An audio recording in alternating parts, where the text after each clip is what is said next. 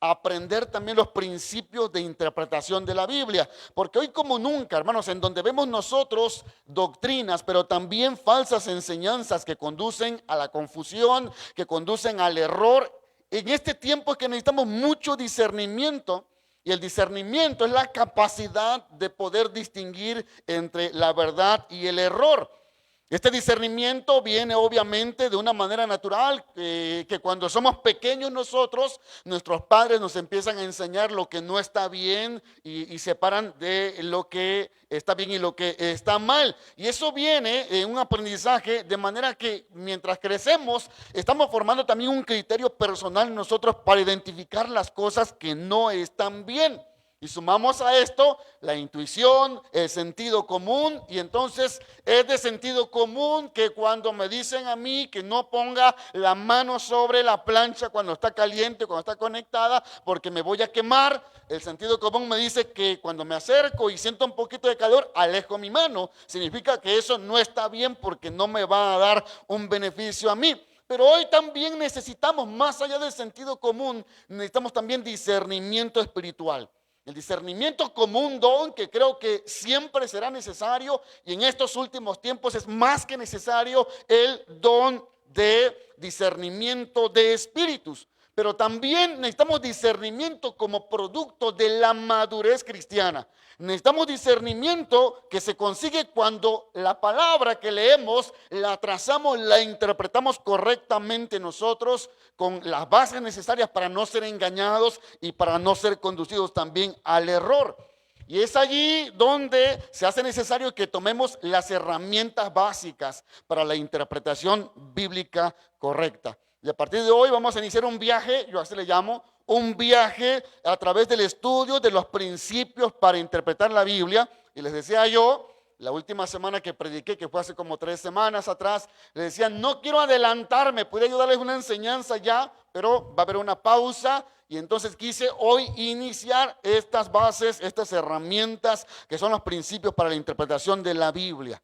Entonces inicio y les comento que lo que hoy vamos a iniciar o a empezar a estudiar, hermanos, tiene mucho que ver con una materia que a mí me encanta exponer, me encanta dar, que se llama hermenéutica o interpretación bíblica. Vamos a hablar un poquito acerca de eso, pero no quiero ser tan académico, no quiero ser tan como si estuviera yo en un aula, ustedes fueran estudiantes, aunque obviamente son estudiantes también. Les pido que anoten mucho, y si no anotan, entonces van a poder ver posteriormente también este video que va a quedar grabado en este grupo que es Desafíos Contemporáneos.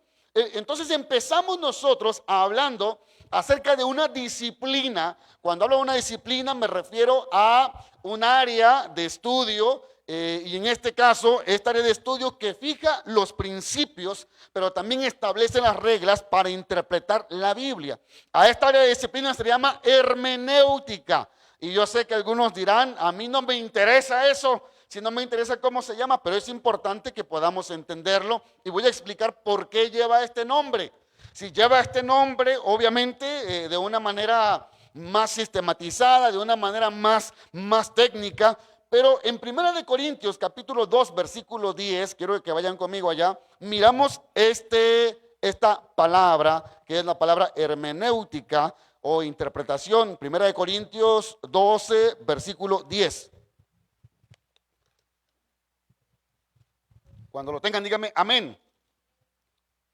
Y recuerden que como estamos en un tiempo de enseñanza, ustedes pueden preguntar también. Bien, dice así: a otro el hacer milagros, a otro profecía, a otro discernimiento de espíritus, a otro diversos géneros de lenguas y a otro interpretación de lenguas.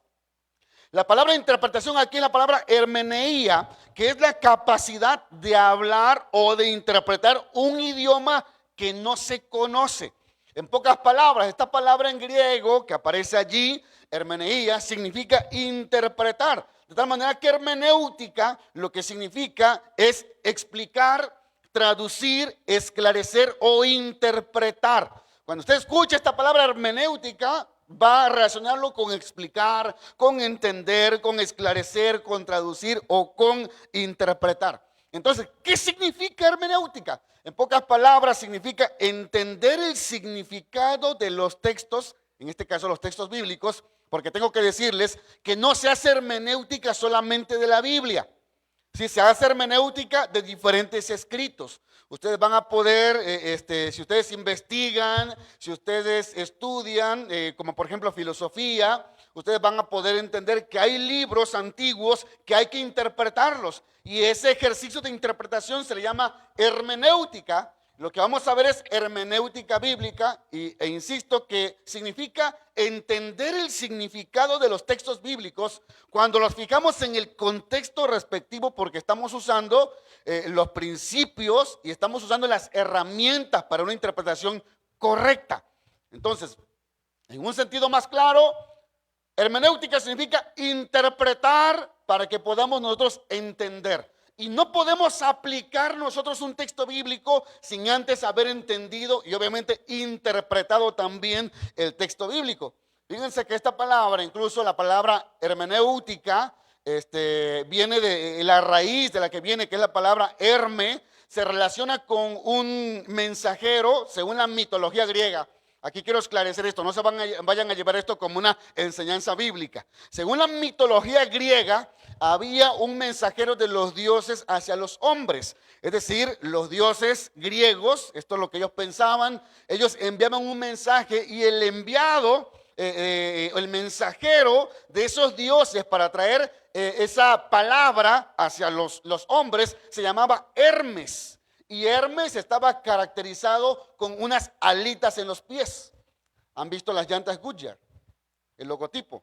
Okay. Ese logotipo es de este mensajero o este dios Hermes, que es ese ser mitológico al cual se le atribuye la invención de los medios de comunicación, como la expresión escrita y la expresión oral también. Incluso los romanos le ponían otro nombre, no era Hermes, sino Mercurio. Y curiosamente, en el libro de Hechos, capítulo 14, vayan conmigo, Hechos capítulo 14, versículo número 12, nosotros encontramos que a dos de los apóstoles se les confundió con dioses y a Pablo se le denominó como el dios Mercurio.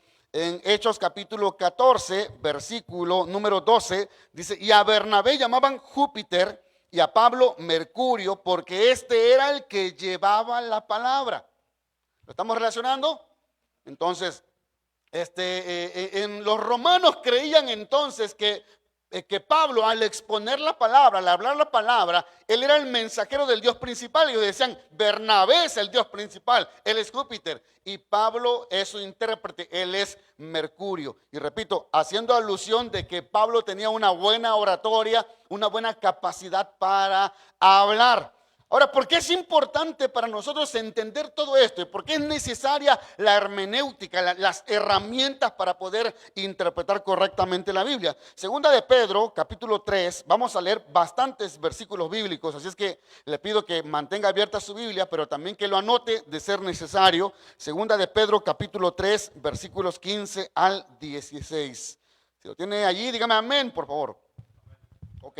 Segunda de Pedro 3, y si no, bueno, ahí va a estar proyectado en la pantalla también, ¿verdad? Segunda de Pedro 3, versículo 15 al 16 dice, y tened entendido que la paciencia de nuestro Señor es para salvación, como también nuestro amado hermano Pablo, según la sabiduría que le ha sido dada, os ha escrito, casi en todas sus epístolas, hablando en ellas de estas cosas, entre las cuales hay algunas difíciles de entender, las cuales los indoctos e inconstantes tuercen, como también las otras escrituras, para su propia perdición. Aquí el apóstol Pedro está diciendo algo interesante. Dice, Pablo también habla acerca de esto. Pedro está hablando acerca de la segunda venida del Señor. Y Pedro dice, también Pablo ha escrito esto en sus epístolas, y dice, pero hay cosas tan difíciles de entender incluso. Y dice el apóstol Pedro, y hay personas indoctas, hay personas inconstantes. ¿Quiénes son este tipo de personas? Una persona indocta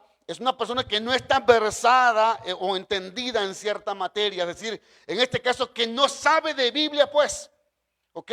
Pero también dice, y los inconstantes. ¿Quiénes son los inconstantes? Bueno, aquellos que solamente buscan la Biblia de vez en cuando, aquellos que se acercan a Dios, aquellos que asisten a la iglesia un momentito y después ya no asisten. Y entonces su conocimiento ya no es un conocimiento muy grande. ¿Por qué? Porque es una persona que no profundiza en la palabra de Dios. ¿Qué nos está diciendo la Biblia? En pocas palabras nos está diciendo que debemos de ser constantes y que debemos de profundizar en nuestro conocimiento y estudio de la palabra. ¿Por qué? Porque estas personas a las cuales el apóstol Pedro se está refiriendo dice que tienen la característica de entender mal la Biblia. ¿Sabe que todavía hay gente cristiana que dice, como dice la Biblia, ayúdate que yo te ayudaré? De verdad. ¿Por qué? Porque no conocen la palabra de Dios, porque no han estudiado la Biblia, porque no han profundizado en su conocimiento bíblico, de tal manera que las tuercen a su modo e inventan falsas doctrinas y cosas muy extrañas, muy raras también, porque no están profundizando, no están creando raíces, son y personas indoctas en la palabra de Dios. Y Dios quiere que nosotros profundicemos, que estudiemos. Por eso la necesidad en este tiempo, hermanos, de que no solamente ustedes puedan obtener palabra de quien predica, sino que ustedes tomen su Biblia y tomen las herramientas que Dios nos ha permitido para poder entender correctamente la Biblia y aplicarla a nuestra vida y vivirla en nuestra vida, por supuesto. Y Pedro nos está recordando algo interesante, algo que no debemos de pasar por alto, y es que la Biblia puede ser torcida. Dice, estas personas indoctas e inconstantes tuercen la Biblia. Ahora que estuve por allá me decía mi hermano, uno de mis hermanos, dice, aquí todas las iglesias están mal. En todas las iglesias hay cosas raras. En todas las iglesias hay cosas que no están bien. Y no significa que nosotros no tengamos errores. Pero ojalá que esos errores no sean porque nosotros, hermanos, aún sabiendo que estamos mal, lo estemos haciendo. Cometeremos errores, por supuesto, pero que sean errores involuntarios, que no sean errores que premeditadamente los estemos llevando a cabo. ¿Me está siguiendo? Entonces usted y yo somos llamados por Dios para ir a la palabra, para interpretar la palabra y no ser torcedores de la Biblia. Que esta iglesia no sea una iglesia torcida, como dicen algunos, ¿verdad? Estos están bien torcidos. No queremos ser de esa clase de iglesias. Esta clase de iglesias que significa que no están enseñando la verdad de la palabra. Y usted tiene que saber que no siempre que una persona cita la Biblia significa que está hablando la verdad de la palabra de Dios. Y es por eso que nosotros deberíamos ser, como dice la escritura, como aquellas personas en Berea que escudriñaban cada día la Biblia para ver si lo que les estaban diciendo era cierto. Entonces ustedes y yo tenemos que ser personas de la palabra. Tenemos que ser personas que amen la palabra de Dios. Amén. Ahora, usted tiene que saber también que el primer intérprete de la Biblia, ¿quién creen que fue? A ver, digan por ahí, Pablo, David, Moisés. A ver, ¿quién da más? A ver, ¿quién creen ustedes que fue el primer intérprete de la Biblia? ¿Alguien tiene una idea? A ver, hermanos. Pablo, Jesús, Aarón, ok, se van acercando. Moisés, ok, no, ¿alguien más? Noé, Adán, ok, bueno, tengo que decirles ya para que no vamos a llegar hasta Génesis 1:1. ¿Sí? El primer intérprete de la Biblia fue Satanás. Vamos a Génesis capítulo 3, versículos 1 al 5, por favor. Para que vean cómo se tuerce la Biblia. Génesis capítulo 3, versículos 1 al 5, dice la palabra del Señor. Pero la serpiente era astuta más que todos los animales del campo que Jehová Dios había hecho, la cual dijo a la mujer, con que Dios os ha dicho, no comáis de todo árbol del huerto. ¿Ven cómo está ahí torciendo la Biblia? La palabra que Dios había dicho es, no comas del árbol de la ciencia del bien y del mal. ¿Qué estaba diciendo la serpiente? Dios está impidiendo que tú comas de cualquier árbol. ¿Ven cómo se tuerce? ¿Sí? Se puede torcer la palabra de Dios. Verso 2, y la mujer respondió a la serpiente, no, del fruto de los árboles del huerto podemos comer, pero del fruto del árbol que está en medio del huerto, dijo Dios, no comeréis de él, ni le tocaréis. ¿Y en qué momento Eva se convirtió en la segunda intérprete de las palabras de Dios. ¿En qué momento Dios dijo, ni siquiera te atrevas a tocarlo? No dijo eso Dios. Pero Eva dice, estoy interpretando lo que Dios quiso decir. Muy bien, entonces la segunda intérprete de la Biblia fue Eva. Versículo 2 dice, del huerto podemos comer, pero del fruto del árbol que está en medio del huerto, dijo Dios, no comeréis de él, ni le tocaréis para que no muráis. Entonces la serpiente dijo a la mujer, no moriréis, sino que sabe Dios que el día que comáis de él serán abiertos vuestros ojos y seréis como Dios, sabiendo el bien y el mal. Entonces, noten ustedes, hermanos, cómo se puede interpretar las palabras de Dios de una manera conveniente. Y cada vez que usted mira que alguien está interpretando la palabra de Dios de una manera conveniente, usted tiene que saber que detrás de esa interpretación equivocada, Satanás va a aprovechar para hacer de las suyas. Por eso es imperativo que usted y yo aprendamos a interpretar correctamente la palabra de Dios. Y yo quiero que cada uno de ustedes se convierta en un experto en la Biblia. Amén. No nada más los que van a estudiar en un instituto, sino cada uno de los creyentes de esta iglesia debe de convertirse en un experto en la palabra de Dios. Y iba a decir algo, pero no lo voy a decir porque puede ser que haya un pastor acá que se sienta mal si digo eso. Segunda de Pedro capítulo 3. Segunda de Pedro capítulo, bueno, vamos a ir primero al capítulo 1. Segunda de Pedro capítulo 1. Vaya conmigo, por favor. Hay mucho que leer. Segunda de Pedro capítulo 1. En el versículo número 19, segunda de Pedro capítulo 1, versículo, permítame, primera de Pedro, segunda de Pedro capítulo 1, ¿ya estamos ahí? Amén. Déjeme, ya me perdí acá. Capítulo 1, versículo 19, dice, tenemos también la palabra profética más segura, a la cual hacéis bien en estar atentos como una antorcha que alumbra en lugar oscuro hasta que el día esclarezca y el lucero de la mañana salga en vuestros corazones. En medio de esta turbulencia doctrinal en que estamos hoy en día, hermanos, es bueno estar atentos, estudiar la palabra de Dios para tener luz y para tener entendimiento de las cosas. Mira, hay tantas cosas que están pasando en nuestras congregaciones. Hay tantas cosas, es probable que algunos de ustedes vengan de iglesias donde hay cierto tipo de prácticas. Y ustedes me han preguntado algunos, pastor, ¿por qué en la iglesia no hacemos esto? ¿Por qué en la iglesia no adoramos de esta manera? ¿Por qué en la iglesia no decimos este tipo de cosas? Yo les he dicho, bueno, yo trato de mantener un equilibrio y no ser tan extremo, porque demasiadas iglesias han adoptado algunas prácticas novedosas y que deberíamos ser muy cuidadosos cuando adoptamos esas prácticas novedosas. No quiero mencionarlas porque alguno puede decir, el pastor creo que está hablando de mí, ¿sí? Pero muchas veces tomamos prácticas que hemos visto en otras congregaciones, que hemos visto, es más, las hemos traído del mundo, las hemos traído de prácticas religiosas no cristianas y pensamos que están correctas. Voy a decir una de ellas.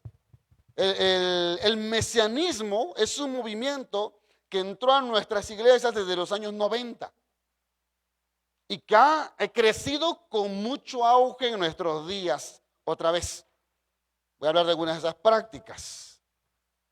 Y espero que los que están acá no se sientan ofendidos por esto.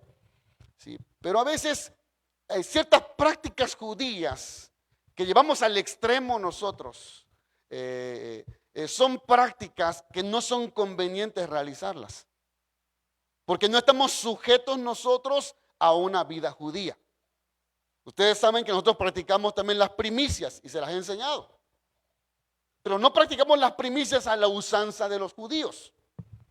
Practicamos el principio que es la gratitud y el reconocimiento a Dios. ¿Me están siguiendo? Ok, pero no me va a ver, por lo menos en mi pastorado en este lugar, que vamos a hacer un culto de primicias a la usanza de la cultura judía. ¿Me está siguiendo? Amén. Bueno, ahora sí, si alguien tiene una pregunta, una queja, una demanda, hágamela saber ahorita mismo. Una inconformidad también. ¿Sí? Pero por eso es que usted, y siempre he dicho, en cada culto, el centro del culto es Jesucristo. No es el hombre, no es la práctica, no es el método, siempre tiene que ser Jesús. Amén. Bueno, ya no voy a decir más porque no se me vaya a ofender, pero si le ofende la palabra, gloria a Dios. Segunda de Pedro, capítulo 2, versículos 1 al 3, dice la palabra del Señor: pero hubo también falsos profetas entre el pueblo, como habrá entre vosotros falsos maestros, que introducirán encubiertamente herejías destructoras, y aún negarán al Señor que los rescató, atrayendo sobre sí mismos destrucción repentina.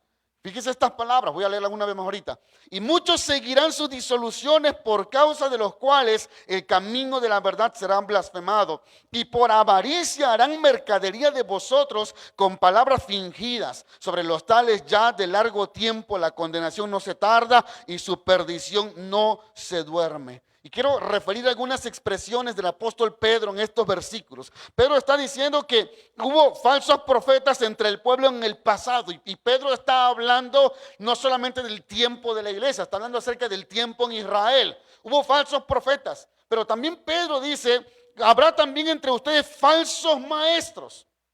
Y que van a introducir entre ustedes encubiertamente herejías destructoras. Yo quiero que usted pueda entender. Los falsos apóstoles, los falsos maestros, los falsos profetas no van a venir del mundo. ¿Sabe dónde van a salir? De la iglesia. Muchas veces estamos cuidándonos de las enseñanzas que vienen de afuera, no, de las que nacen en el seno de las prácticas de la iglesia, que no ha sabido interpretar correctamente la escritura. Se vale decir ahí. Okay. Yo tengo una demanda de parte de Dios, y es la misma que Pablo le dijo a Timoteo: te ruego que prediques la palabra, te encarezco que prediques la palabra, cuida de ti mismo, cuida la doctrina. Amén. Dice el apóstol Pedro: van a introducir encubiertamente herejías, pero esas herejías llevan a la destrucción. ¿Saben? Cada avivamiento, en cada despertamiento espiritual de una congregación, el enemigo siempre está acechando para que las cosas que suceden se conviertan en doctrinas, y que muchas veces esas doctrinas lleven a la iglesia a la destrucción. La iglesia de Dios, cuando inició en el año 1896 prácticamente, aunque lo pionero se hizo 10 años antes, en el 86, pero en el año 1896, cuando la iglesia de Dios inició, la iglesia vivió tiempos de avivamiento también. Tiempos donde el Espíritu Santo se empezó a mover de una manera extraordinaria en los cultos.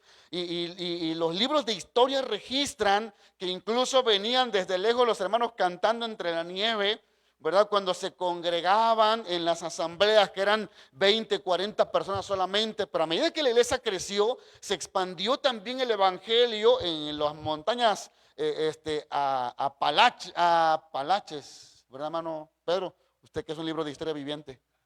Amén. Y en esas montañas de Tennessee, Carolina del Norte, ahí creció la iglesia, pero empezaron a haber también desórdenes.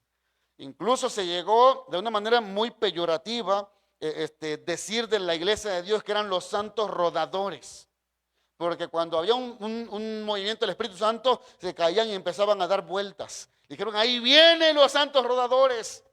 Que no sé qué dirán de nosotros los vecinos, pero yo espero que no nos digan los santos rodadores.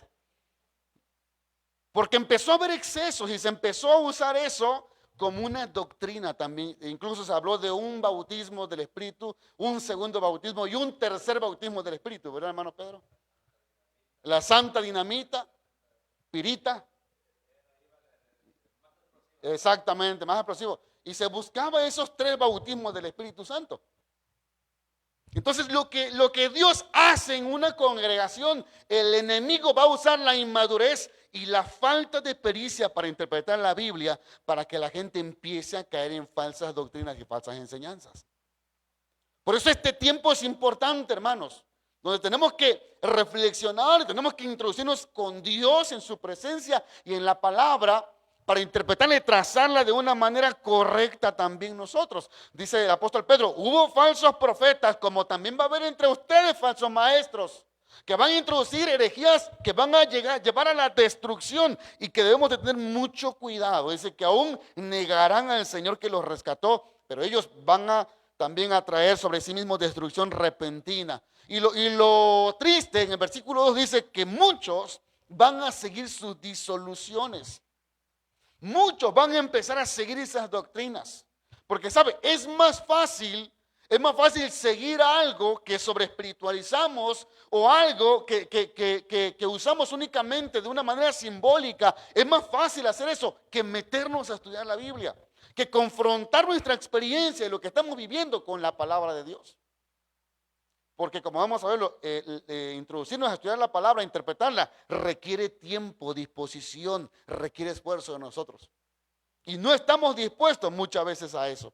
Entonces, algo más que dice el apóstol Pedro aquí en el versículo 3, dice, y por avaricia, estos falsos maestros harán mercadería de vosotros con palabras fingidas. ¿Cuántas congregaciones no han sido destruidas precisamente, hermanos, por la avaricia de los líderes que usando la influencia que tienen y usando el engaño y la mentira, distorsionando la verdad, tienen una ganancia? Ahora, hay que ser muy entendidos en lo que está diciendo el apóstol Pedro aquí también. Dice, van a hacer mercadería de vosotros con palabras fingidas. Adelante, hermano. No sé si hay un micrófono por ahí para el hermano Pedro.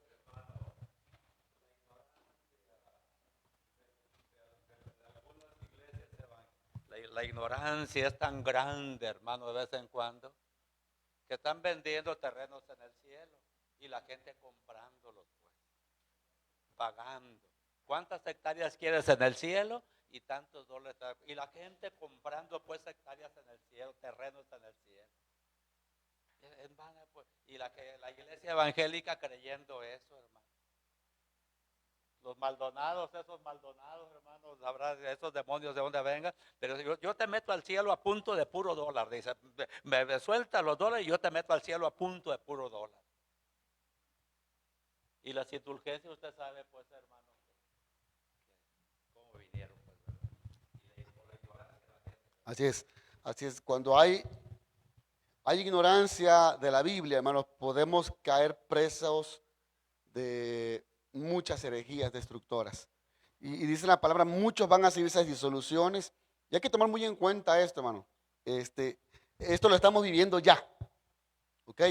Lo que el apóstol Pedro está haciendo es profetizar lo que vendría y lo que ya está presente hoy en nuestras congregaciones también. La avaricia del corazón de los líderes, de los que dirigen una congregación, ha llevado a muchos al error, ha llevado a entender que la vida consiste en eso, consiste en bienes, consiste en riquezas. Y yo creo en la prosperidad del Señor, creo en una prosperidad bíblica. ¿Ok? Pero yo no creo que Dios esté obligado a bendecirnos, porque todo lo que viene de Dios es gracia. Si Él estuviera obligado es porque nos debe algo. Dios no nos debe nada a nosotros. Okay, así es que cuando tú ofrendas, cuando tú diezmas, cuando tú presentas tu primicia al Señor, Él no está obligado a bendecirte, pero ¿sabes qué sí hace Dios? Que Él ve tu generosidad, Él ve tu corazón y Él responde de acuerdo a ello también. Amén. Entonces tenemos que ser muy cuidadosos de esto, de predicadores que por avaricia enseñan cosas sin fundamento bíblico para aprovecharse de la gente. Y obviamente que el reino de Dios funciona a través de la disposición de personas, pero también el reino de Dios avanza a través del dinero. Es necesario, ¿ok? Pero tenemos que ver el reino de Dios creciendo, no el reino de un hombre, no el reino de una persona, sino el reino de Dios creciendo. Cuando el reino de una persona, y hablo un reino entre comillas y con R minúscula, cuando el reino de una persona está creciendo y no está creciendo en el reino de Dios, algo no anda bien. Amén. Bueno, dije, iba a decir algunas cosas, si se enojan los pastores conmigo, ya no me interesa. Ok. Segunda de Timoteo capítulo 3, y ahí unos libros antes de Pedro. Segunda de Timoteo capítulo 3, versículos 14 al 16. Dice el apóstol Pablo a Timoteo, discípulo suyo, dice de la siguiente manera: pero persiste tú en lo que has aprendido y te persuadiste sabiendo de quién has aprendido. Persistes en lo que has aprendido y te persuadiste. Y que desde la niñez has sabido las sagradas escrituras, las cuales te pueden hacer salvo para la salvación por la fe que es en Cristo Jesús. Toda la escritura es inspirada por Dios, útil para enseñar, redarguir, corregir, instruir en justicia, a fin de que el hombre de Dios sea perfecto, enteramente preparado para toda buena obra. Noten ustedes la expresión del apóstol Pablo aquí. La Biblia nos ayuda para crecer, porque nos corrige, nos exhorta, nos anima, nos instruye, nos redarguye. Eso es lo que hace la palabra cuando la entendemos. Y tenemos que sumergirnos entonces en la palabra para poderla estudiar. En este mismo libro, ahora en el capítulo 4, por favor, ahí adelantito, dice el versículo 1, te encarezco delante de Dios y del Señor Jesucristo, que juzgará a los vivos y a los muertos en su manifestación y en su reino, que prediques la palabra, que instes a tiempo y fuera de tiempo, redarguye, reprende, exhorta con toda paciencia y doctrina, porque vendrá tiempo cuando no sufrirán la sana doctrina, sino que teniendo comezón de oír, se amontonarán maestros conforme a sus propias concupiscencias y apartarán de la verdad el oído y se volverán incluso a las fábulas. Esto que está diciendo Pablo parecería ser, hermanos, algo extremo. ¿Cómo es posible que la gente pueda creer en fábulas? Pero eso está sucediendo porque las personas solamente están esperando el alimento de quien les predica. Cuando Dios nos está instruyendo y animando para que vayamos a la Biblia y usemos los recursos que Dios nos ha dado para estudiar la palabra de Dios. ¿Sabe? A mí me sorprende cuánta gente se engaña en algunas iglesias. Y cuando yo escucho lo que sucede en esas iglesias, lo que hacen esos pastores, si yo tengo que hacer algo. Y yo tengo que decir a la gente lo que está sucediendo, lo que está mal. Me inquieta y les decía este domingo, yo voy a empezar una serie los domingos a la 1 de la tarde solamente, una serie sobre el abuso sexual. Y yo le pido que no se lo pierda. Si usted no puede venir a ese culto, viene alguno de los otros 3 cultos, pero vea la transmisión de las predicaciones de los domingos a partir de este domingo, porque una de las cosas que estas personas amadoras de sí mismas, avaras, que manipulan, que aprovechan la ignorancia bíblica de las personas y se aprovechan también, hermanos, abusando sexualmente de sus feligreses, de los miembros de sus congregaciones. Y es sorprendente cómo miramos a hombres abusando de ese poder, porque la gente no se ha dedicado a estudiar la Biblia. Y usted tiene que meterse con Dios y meterse con la palabra de Dios también y hacer el ejercicio de interpretar bíblicamente lo que usted está leyendo. Así es que, por favor, yo quiero pedirle, no dependa de lo que usted está aprendiendo desde un púlpito. Usted dependa también de lo que consume en su Biblia por su estudio personal. Amén. La primera interpretación bíblica formal que se registra en la Biblia, que nos enseña también a nosotros, fue debido al sacerdote y un líder del pueblo de Israel llamado Esdras. Y quiero llevarle por favor al libro de Nehemías. Vaya conmigo, puede ir a Salmos y retroceder unos libros después hacia atrás, obviamente, del libro de los Salmos. Y vaya a Nehemías, por favor. Antes de Esther está Nehemías, después de Esdras está Nehemías, y vayamos al capítulo número 8 de Nehemías, que es donde se menciona a este personaje, Esdras, capítulo 8, versículos 7 al 8. Esdras era un sacerdote que fue enviado para enseñar la ley al pueblo que había regresado del exilio, un pueblo que había estado por 70 años en el exilio. Muchos habían nacido en Babilonia en el exilio, pero cuando regresan en 3 incursiones,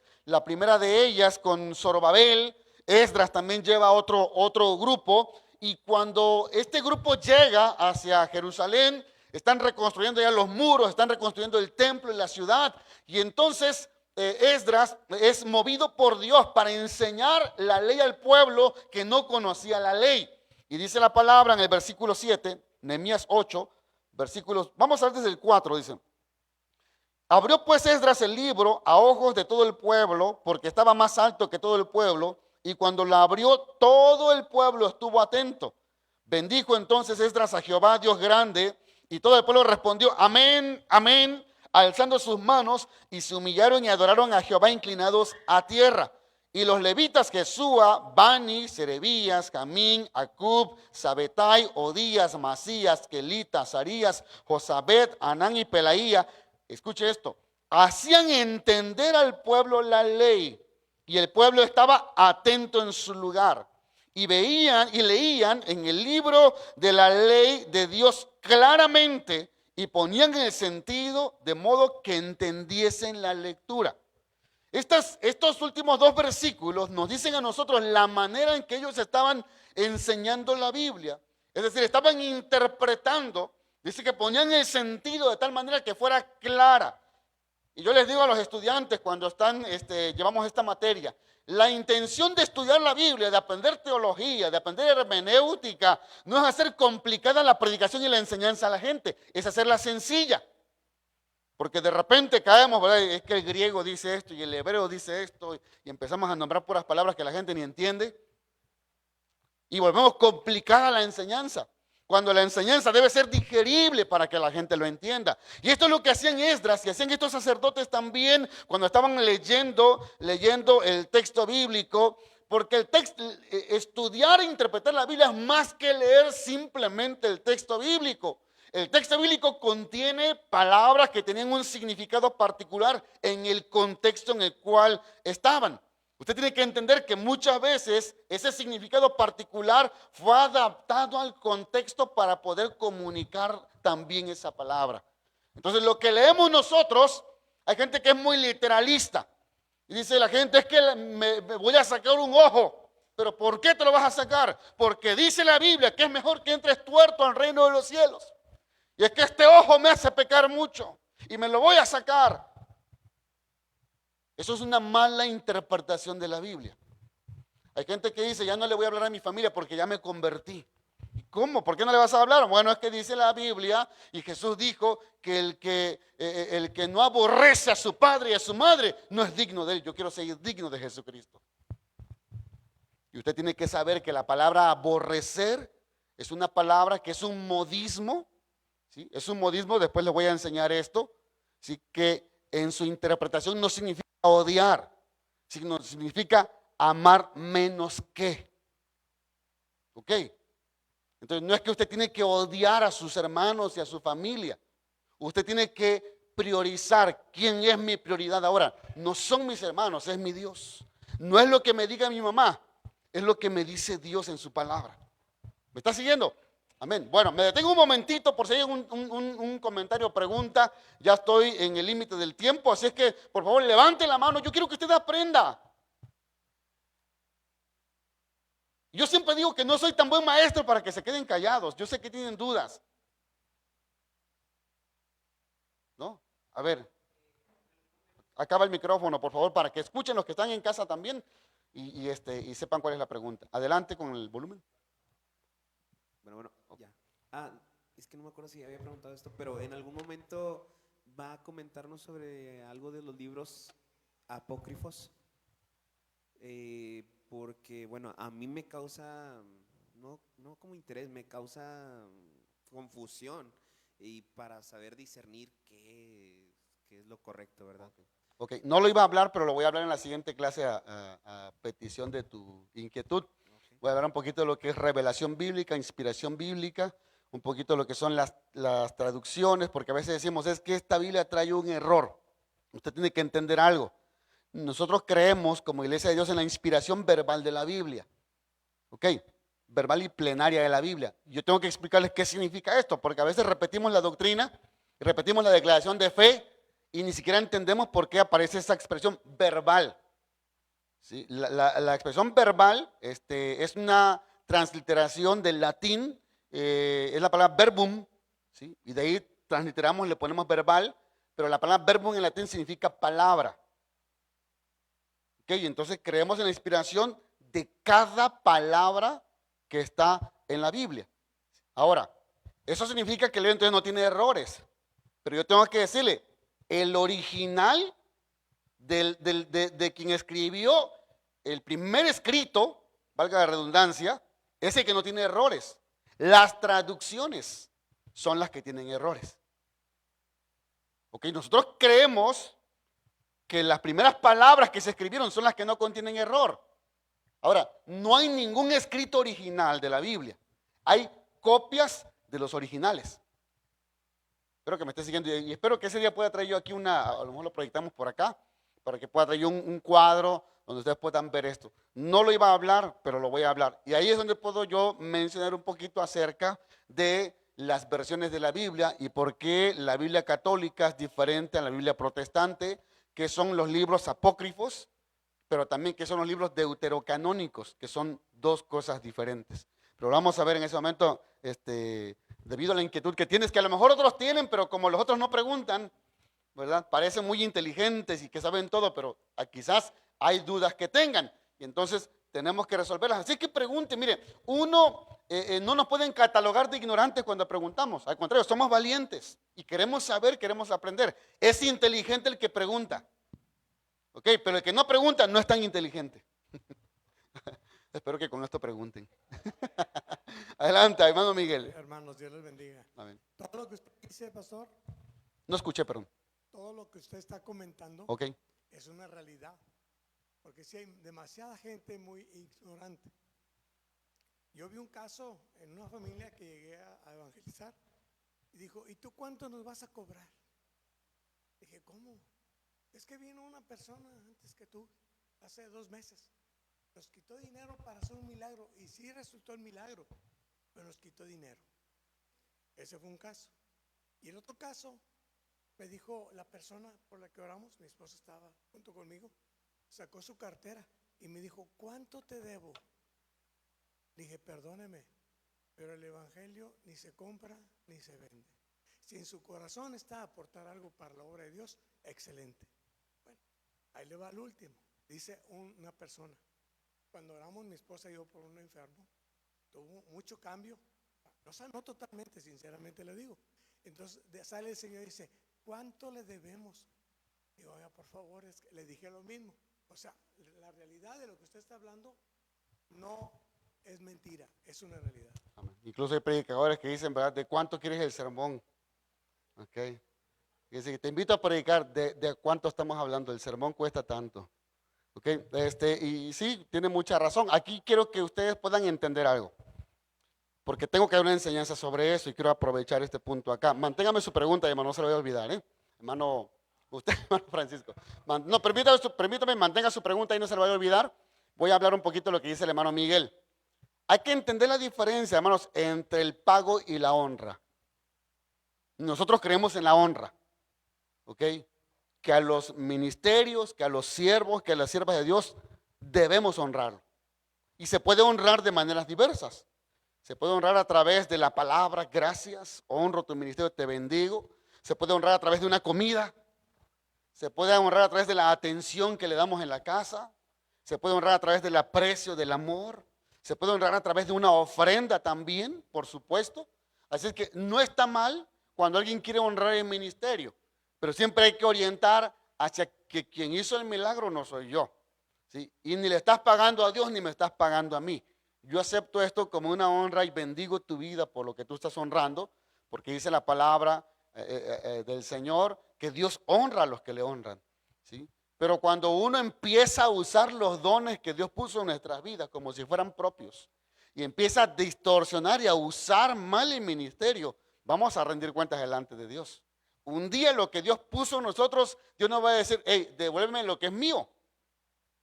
Y dice la palabra que hay gente que dirá delante de Jesús, yo prediqué en tu nombre, yo eché fuera demonios en tu nombre, yo hice milagros en tu nombre, y Jesús dice, no te conozco, hacedor de maldad. Entonces uno tiene que ser muy cuidadoso con eso. ¿Sí? Ahora, ¿sabe quiénes son los que muchas veces hacen que un predicador, un siervo de Dios pierda el piso? La congregación que no estudia la Biblia. La iglesia que no interpreta correctamente. ¿Ok? Entonces, como congregación tenemos que entender y un principio de honra que debemos de seguir nosotros. Aquí están una de las semanas de finanzas y les he dicho a ellas, cuando venga un predicador, no les vamos a dar menos que esto, ¿verdad, Raquel? Le he dicho, esto es lo mínimo que le vamos a dar de ofrenda a las personas. cuando vienen a predicar. No es un pago, es una ofrenda, es una honra, porque yo quiero que honremos a los siervos de Dios que nos traen su palabra. ¿Sí? Porque uno de mis estudiantes me preguntó una vez, pastor, y cuando nosotros somos pastores, ¿cuánto deberíamos de darle de ofrenda a quien viene a predicar? Sí, a lo mejor no es una pregunta a ustedes, pero sé quién va a ser pastor. Esa es una duda que a veces tenemos, ¿verdad? ¿Cuánto hay que darle de ofrenda? Anoten chicos. Siempre les he dicho que mínimo cubra sus viáticos. ¿Ok? Que mínimo cubra eso. Sí. Pero cada uno honra con lo que Dios nos da. ¿Ok? Y uno tiene que honrar a los siervos de Dios que representan la palabra de Dios con lo mejor que tiene, con lo mejor que puede, pero siempre que salga de un corazón agradecido primero con Dios. ¿Ok? Entonces, esta es una enseñanza extra, ¿eh? Así. Ok, ahora sí, hermano Francisco Javier. Ignorancia, cuando se usan dos interpretaciones de Biblia, hermano, Okay. ¿qué sucede ahí cuando el pueblo no tiene conocimiento? Bueno, cuando se usan más bien dos tipos de versiones, Ándele, perdón. de versiones bíblicas, ¿sí? Deberíamos usar más de una versión para interpretar la Biblia. Nos ayuda a aclarar, a ver desde diferentes perspectivas. Yo les voy a recomendar algunas versiones cuando lleguemos en eso, a eso en su momento. Aquí hay que aclarar algo también. La próxima semana voy a hablar acerca de qué rige nuestra interpretación bíblica. Nosotros como iglesia nos rige una interpretación, repito, de la Biblia. Sí, esa es nuestra máxima autoridad, la Biblia. La Biblia, y creemos que la Biblia es sin error. ¿Sí? ¿Hay errores aquí en esta versión? Sí hay errores. Por eso es que necesito yo las herramientas para poder interpretar correctamente y no caer en errores. Bien, ahora, por ejemplo, ¿por qué nosotros hablamos de que nos dirige la Biblia como la máxima autoridad? Porque, por ejemplo, hay otras religiones que no les rige la Biblia. Les rige, por ejemplo, voy a hablar específicamente de religiones, por ejemplo, la religión católica, la Biblia no tiene la última palabra. Quien tiene la última palabra es el magisterio. Y sobre el magisterio, el Papa, su líder máximo. ¿Quién es el magisterio? El magisterio es la interpretación que los teólogos católicos dan. Pero por encima de esta interpretación es lo que el Papa diga. ¿Sí? Por ejemplo, el Papa Benedicto en su momento dijo que ya no existía el purgatorio. Y entonces se eliminó esa doctrina, la doctrina del purgatorio. ¿Ok? Pero nosotros creemos que la interpretación máxima es la Biblia. Por ejemplo, otras iglesias como los mormones, los adventistas, no es la Biblia su máxima autoridad. Más bien son las revelaciones que sus fundadores tuvieron. Por eso es que hay libros como el libro del Mormón, que es uno de las autoridades, una de las autoridades, ¿sí? De su doctrina, ¿sí? Pero no la Biblia necesariamente. ¿Ok? Igual la iglesia adventista también son las revelaciones que su fundadora Elena de White tuvo. La iglesia los testigos de Jehová, por ejemplo, no es la Biblia su máxima autoridad. Es la traducción, ellos hicieron una Biblia que se llama la traducción al Nuevo Mundo de las Sagradas Escrituras. Esa es una de sus máximas autoridades. Pero nosotros como iglesia evangélica, nuestra máxima autoridad es la Biblia. ¿Ok? No es el pastor, es la Biblia. Amén. Entonces, ¿de quién es el problema cuando el pastor asume la máxima autoridad? De la iglesia que no estudia. A veces vienen conmigo personas y dicen, es que el pastor, le digo, ustedes tienen la culpa. Porque no estudian la Biblia. Sí, bueno, ya voy a dejarla ahí porque ya siento que estoy regañándolos a ustedes.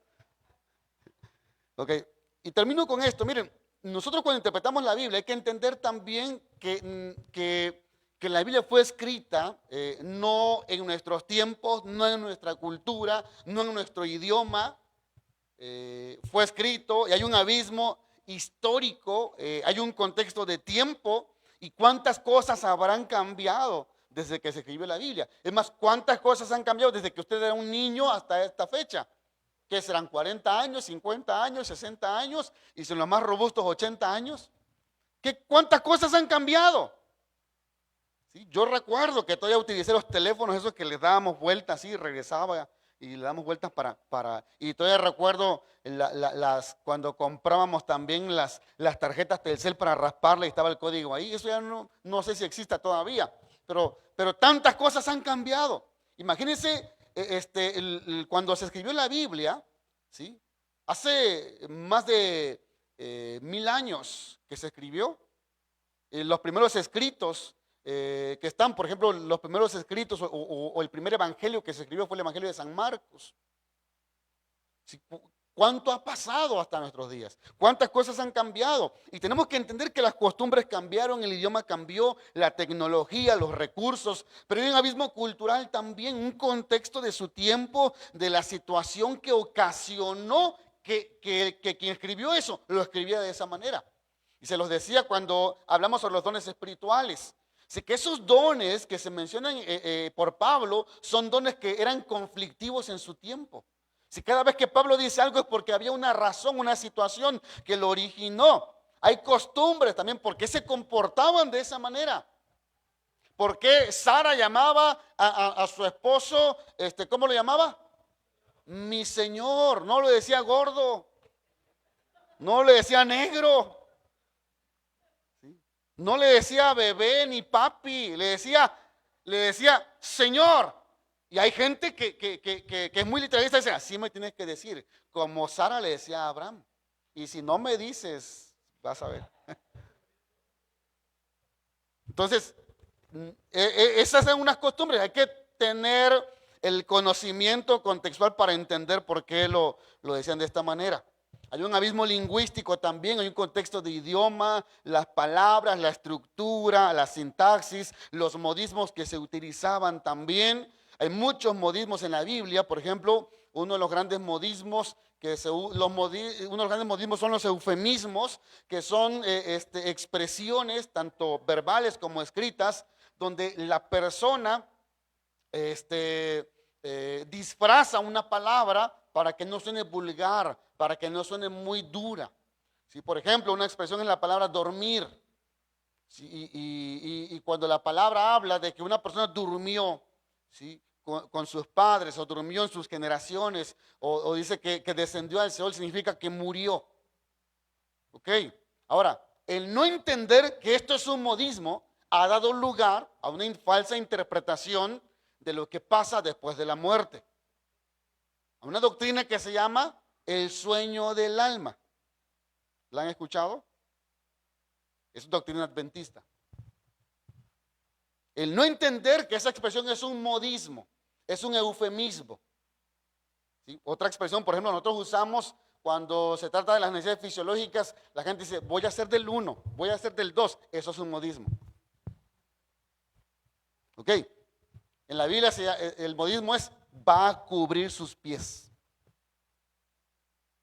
¿Se acuerdan cuando David estaba siendo perseguido por Saúl? Y David se esconde en una cueva y Saúl entra para cubrir sus pies. No entra porque a descansar los pies que estaban muy calientes, no. Entra a defecar. Y ese era un momento apropiado para matarlo. ¿Sí? ¿Me va siguiendo? Amén. Entonces, tenemos que entender ese abismo lingüístico en el que nos separa a nosotros de cuando se escribió la Biblia, que obviamente no se escribió en español. Se escribió en 3 idiomas, el Antiguo Testamento en hebreo, con unas porciones en arameo, pero también se escribió en griego. Y no es un griego que se habla actualmente, es el griego koiné, es un griego que no es el que se habla en la actualidad. Entonces, solamente para que ustedes tomen en cuenta esto, pero hay un abismo filosófico también. Hay una manera de ver la vida, una cosmovisión, los conceptos que la gente tenía sobre la vida, sobre las situaciones, sobre la naturaleza, sobre el universo, eran diferentes a como los tenemos el día de hoy. Por ejemplo, nosotros miramos esa cosmovisión de cómo veían la vida cuando Job dice, recibimos el bien de Dios, pero también recibimos el mal. Esa era la manera de pensar de esa época. Por ejemplo, también los hebreos no hacen una separación del ser humano. Ellos no hablan del cuerpo, del alma y del espíritu. Ellos hablan cuando hablan acerca del corazón, de la mente, es toda la persona. ¿Ok? Ellos no separan al ser humano, pero también hablan sobre el trabajo, cómo viven el trabajo, cómo viven la maternidad, los hijos. Hablan sobre las cosechas, eran importantes para ellos también las cosechas, las fiestas. Los judíos eran bien fiesteros, ¿no lo sabía usted? Tenían muchas fiestas los judíos.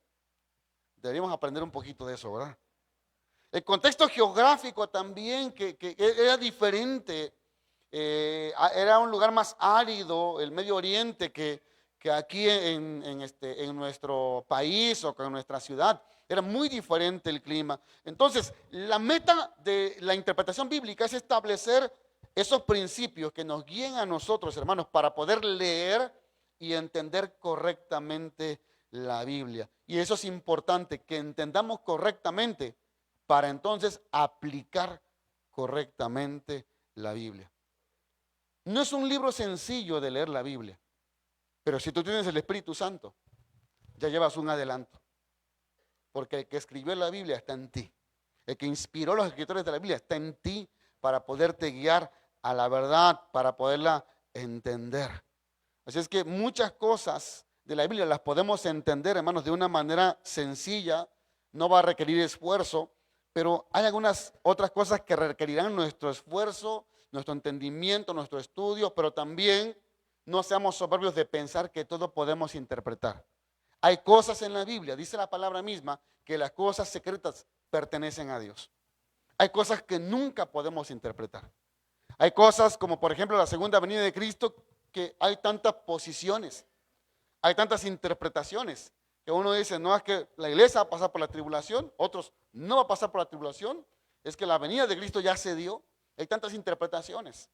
Y cuando miramos estas cosas que son secretas y le pertenecen a Dios, tenemos que ser muy cautos y no dogmatizar y decir que yo tengo la posición correcta, porque no la tengo. Amén. Póngase de pie, vamos a orar.